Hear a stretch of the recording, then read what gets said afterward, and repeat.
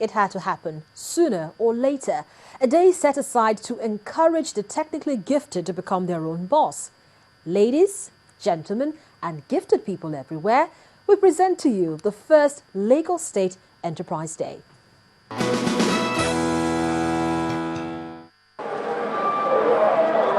In a nation of 160 million people, it's alarming that 23.9% of employable Nigerians are out of job. The most affected are the youths. This is perhaps for too long now. Many graduates depend on white-collar jobs, but now the story has changed. White-collar jobs are non-existent, and where they are grossly insufficient to even scratch the surface of a rapidly increasing employment rate. The Lagos State government believes promoting entrepreneurial development is just the answer. The reason why it gathered students, business owners, including teachers and government officials, the fourth Enterprise Day. Enterprise education was introduced in the curriculum of our technical colleges in the year 2010. And since then, we have been at the front burner of ensuring that we have entrepreneurial development skills in Lagos State. As a result of my firm conviction that entrepreneurship will be the saving grace of 21st century Nigeria, the effects of the global economic meltdown have not fully withered off, and the active labor market in the country is still reeling of mass retrenchments on an almost weekly basis. There are people who are very good at thinking concepts out, but they can't build. There are people who can build, but they can't create. And you need this constant handshake in a society to get things done. Technical education recognizes that there are students with special gifts with their minds and with their hands, that they can fix things. So you are the only person who can limit yourself. But the truth is that by the time you come out of our schools, you already have basic skills to do certain things for yourself or to do it as a service to your society and for which you will be rewarded. It is interesting to know that even with the number of people who troop into Lagos daily, it still has the lowest unemployment rate in the country. But that did not stop the state government from taking steps that will promote entrepreneurial development in the state. The establishment of the 17 vocational skill acquisition centers across the state under the auspices of the Ministry of Women Affairs and Poverty Alleviation is also a successful attempt, a successful effort to provide opportunities for youth empowerment and self-employment. The Agricultural Youth Empowerment Scheme, AgriCS, is also in tandem with this. This program exposes the youth to modern training in various areas of agriculture with prerequisite provision of infrastructural support and incentives for self-employment. It has become imperative to have a realignment of the curriculum in the technical colleges to focus on entrepreneurship, acquisition of requisite skills with full public-private participation to meet the needs of our ever-changing world. The emergence of a new skilled, innovative and self-employed generation will no doubt serve as a catalyst for our much desired economic prosperity. We have also commissioned for use the Samsung Engineering Academy. Is all towards promoting entrepreneurship in Lagos State. At that place, students will be trained in electronics and appliances and will gain employment with Samsung, a blue-chip Fortune 500 company with global spread. This particularly excites me because it goes to say that, for example, a young boy or girl brought up in a less urban part of Lagos will be putting his or her skills to strong earning capability thousands of miles away from here in Australia or even the United States of America. It's about time we take our destiny in our hands as a nation and address our economic conditions with a holistic strike at all available measures. But acquiring skills is not the end of the journey, but there is more to seeing an entrepreneur than starting a business that must be sustained. You can choose to run your business well, or you can choose to run it suboptimally, take the quick, cheap gains.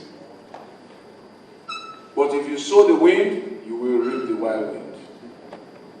So you can choose to do that business by the roadside. It won't last. You can also choose to do it without registering with a regulatory government agency, or without paying taxes, those businesses won't last because they don't create wealth. So in your businesses, you must continue to find new ways to do the same thing. And if you doubt me when you leave here, go and look for his very early songs in the 60s and look for his songs in the 70s and 80s, and you will see the difference in the output and the production. If he had stayed where he was, they would have wiped him out. So you need to innovate.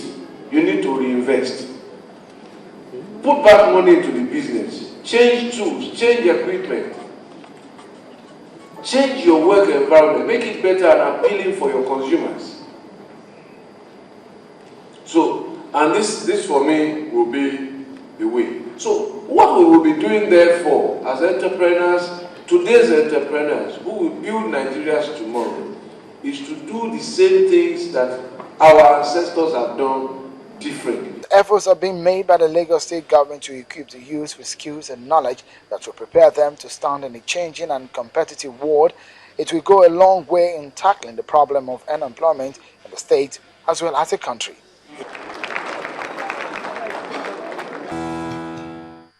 It's true. On every day of the year, in one or usually more places in Lagos, there's always ongoing development. Well, Governor Fashola recently took another tour of some of these projects.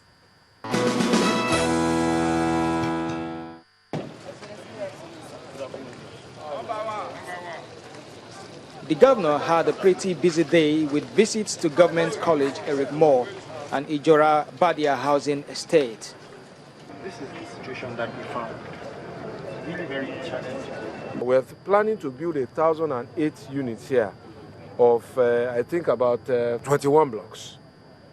Now, and we've decided to start first with 6 blocks.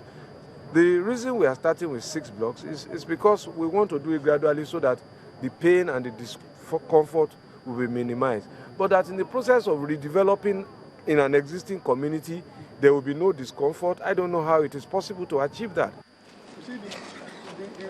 Elsewhere, officials of the State Ministry of Works and Infrastructure also inspect roads and infrastructure.